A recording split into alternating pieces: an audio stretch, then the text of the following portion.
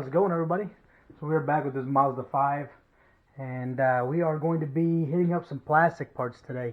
So I'm going to show you how to revive the old sun-baked plastic. Alright, so over here we've got a this like little lip from the bumper on these Mazda 5s, and it's actually really pretty, but it's just kind of sun-baked and looks kind of dull. But what we're going to be doing is we're going to apply some heat to it, and you're going to watch it come back to life.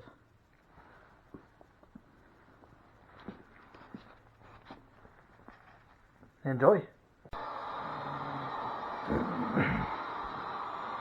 Alright, so we are getting this nice and hot.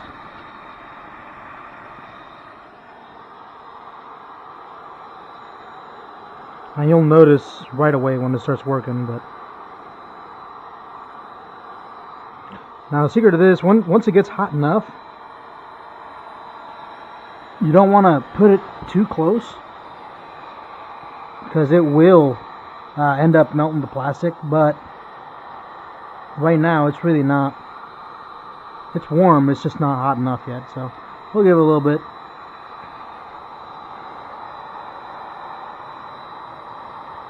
You can see it's just kind of dull and faded.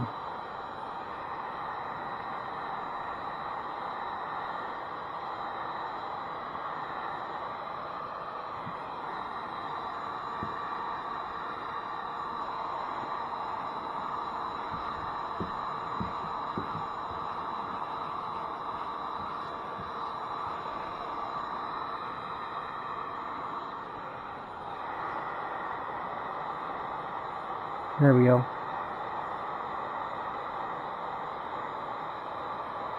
Now again, you don't want to get it too close or too hot, because you will just kind of scorch this plastic. But you want to get it just enough to really bring out the deep color in it.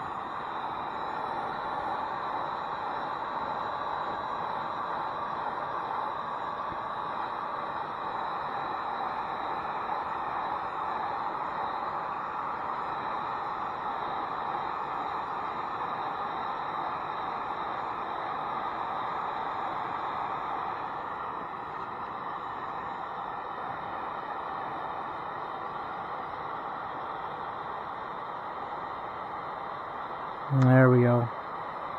Now we're getting that deep, rich color we really want.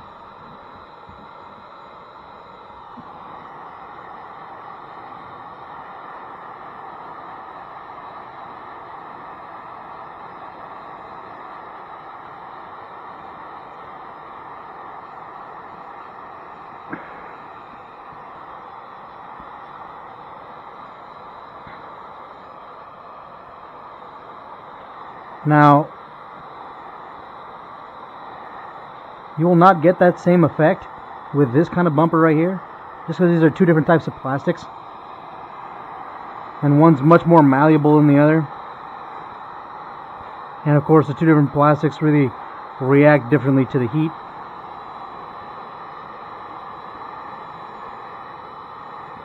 And even this one. So right now we've got 1, 2, 3 different types of plastics, all next to each other, and they all react differently to heat.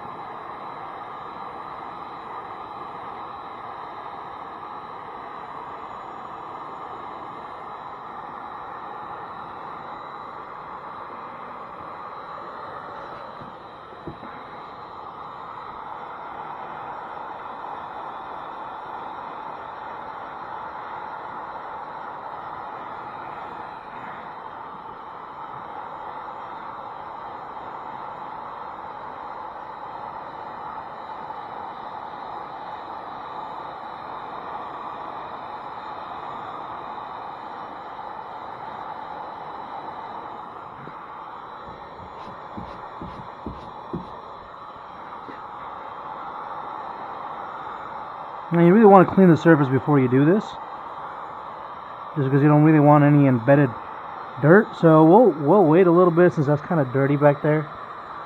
to hit that spot up. I'll clean it, and then I'll hit it with this. But what I really want you guys to see is just how different it looks after you hit this with this heat gun. And, this is a pretty cheap heat gun for what it does. It's pretty affordable. I'll put a link in the description below. That way, you guys can take a look at it if you want to. Of course, I'm not endorsed by any of these companies by any means, but I do want you guys to have access to the tools that I have. So if you guys are trying to do this on your own at home, it's really cheap and easy. And it's actually March here in the state of Indiana, and it's really cold. So I wouldn't say super cold, but it is below freezing. So I haven't checked the temperature, but earlier when I came in this morning, it was 27 degrees, and I don't think it's gotten any warmer. So it's definitely a cold one today. It's taking a little bit longer than it would normally to heat this up for that same reason. It's also cold here in the shop.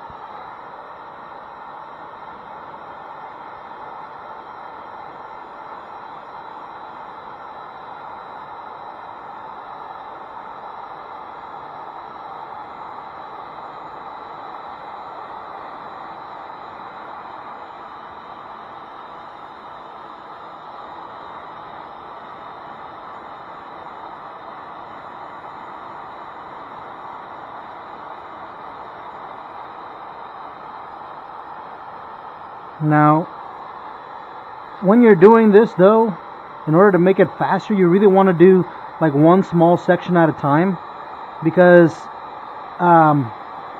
like up and down preferably, because if you try to go over like this, what's happening right here is that you're taking a long time to heat up this one spot. When this, if you just kind of go through circles like this and start going down, it's already kind of warm from the temperature that you're shooting sideways, right? So you're just heating up the area around it as you're going, and it's just so much faster just to stay working in that one spot than it is to just try to just go across.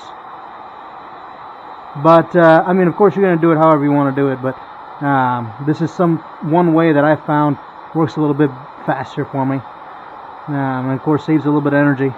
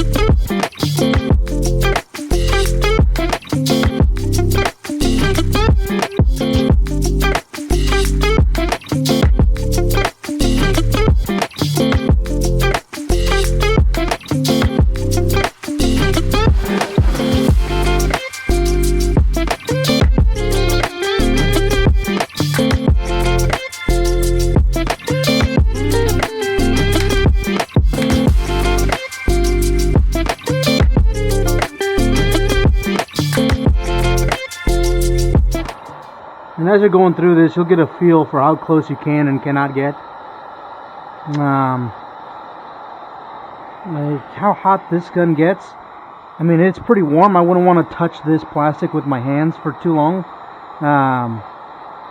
But it's definitely not going to get hot enough to really damage this plastic. But I wouldn't want to be, pressing the tip, this metal hot tip up against this plastic at all, for sure, because you're probably going to end up ruining it, right? But or at least damaging it a little bit. But for what we're doing here, this works great.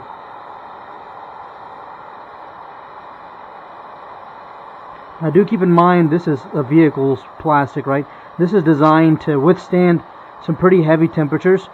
To be outside in the scorching sun all day long and in whatever situation, right? So, if you're trying to do this on like something that may be made of like PLA, like the polylactic acid or whatever, those types of plastics will probably not fare well against this type of heat, at least this directly anyway.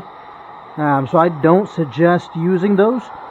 You can give it a try, but maybe we'll make a video of that later on which types of plastics you can use and which you can't with something like this. But like I said, just be aware of the different types of plastics, different heating temperatures and melting points.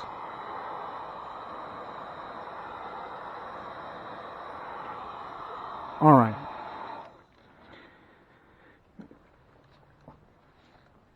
So you can really see how that turned out, and it actually looks really, really good. So much better than it did, and kind of came back to life.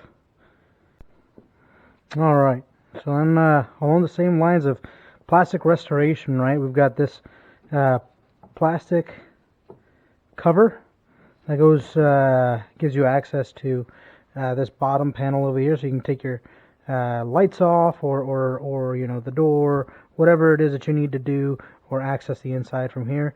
So it looks pretty dull and just like a really light gray. And it's not that it's dirty or anything. It's clean. It's just old and looks a little sun dried. So let's go ahead and heat her up and see what she does. So again, I'm using the same heat gun, just blowing hot air around. We're going to get it nice and warm.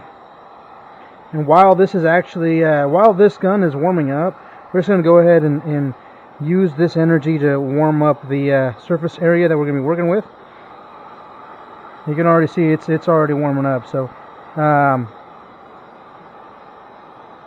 and you're not going to need nearly as much because this is more of an interior plastic meant for less heat resistance than the bottom of the bumper that we saw earlier. So you're not really going to need it to need your gun to be as close to get the same results. But again, you'll get a good feel for it when you operate it.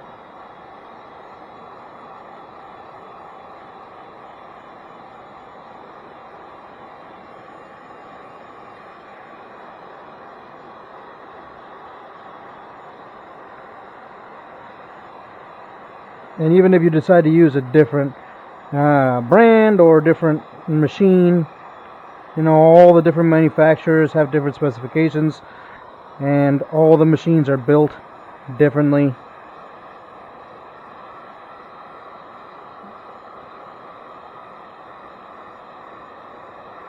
Sometimes even from the same brand, two different machines, depending on the operator that built them, can be different. Now, one thing to note is when you're doing this right here, you want to make sure that you're not bending that plastic or moving it. Just let it cool down for a little bit after you hit it. That way you're not warping it. And of course, don't heat it up too much because you'll also make it brittle and potentially warp it. All right. So if you take a look at it over here, I mean, it looks just a world better Let's take a look at the other side so you can kind of compare, because that side is pretty dull as well. And it's a huge difference. So let's go ahead and hit up this other side too. And again, like I said, it's not going to take too much, but I just turned it off and turned it back on. So it takes a little bit to get it glowing in there, but yeah, see how it's hitting it. And actually, before I get this too hot, there's some dust on there I want to take off. Again, you don't want to hit this while it's dirty, but I guess it must have gotten some dust fall on it.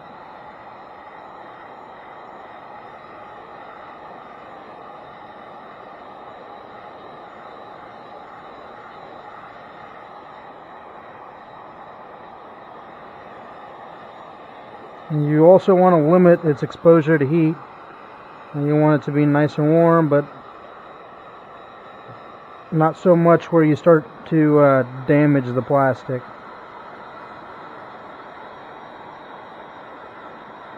Which, I mean, these are vehicle parts, which they do resist quite a bit of heat.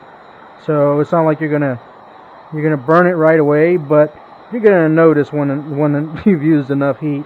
You know, it's really getting kind of that like sweaty look,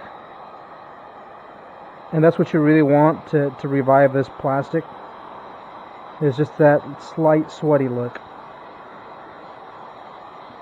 And then when it cools down, it cures a much richer, darker color.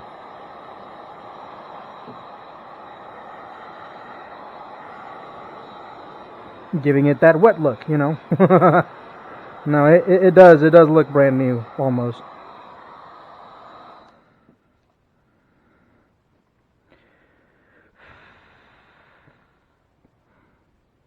And we'll let it cool down on its own before actually touching it. You can see this one's already cooled down quite a bit, and it's all the way cured now. But like it looks so much better, just so much better.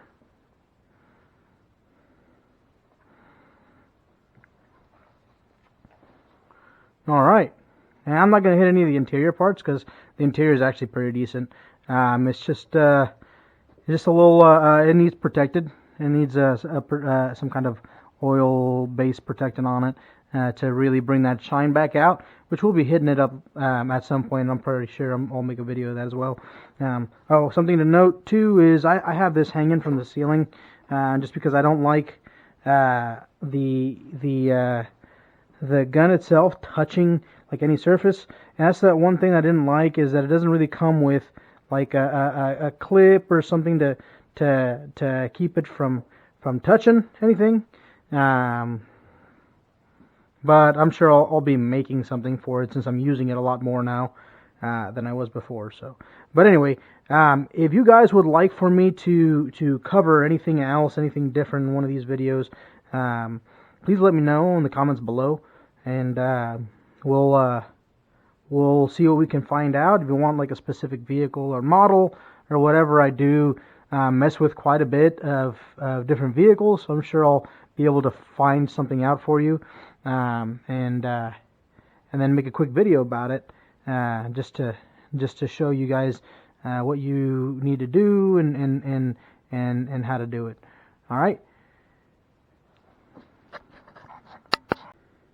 Alright, well, on the next video, we will be showing you how to fix cracks like this on this bumper, right? And then there's some pretty gnarly cracks on the bumper in the front as well. So we'll be hitting that up here shortly. Alright, stay tuned, guys.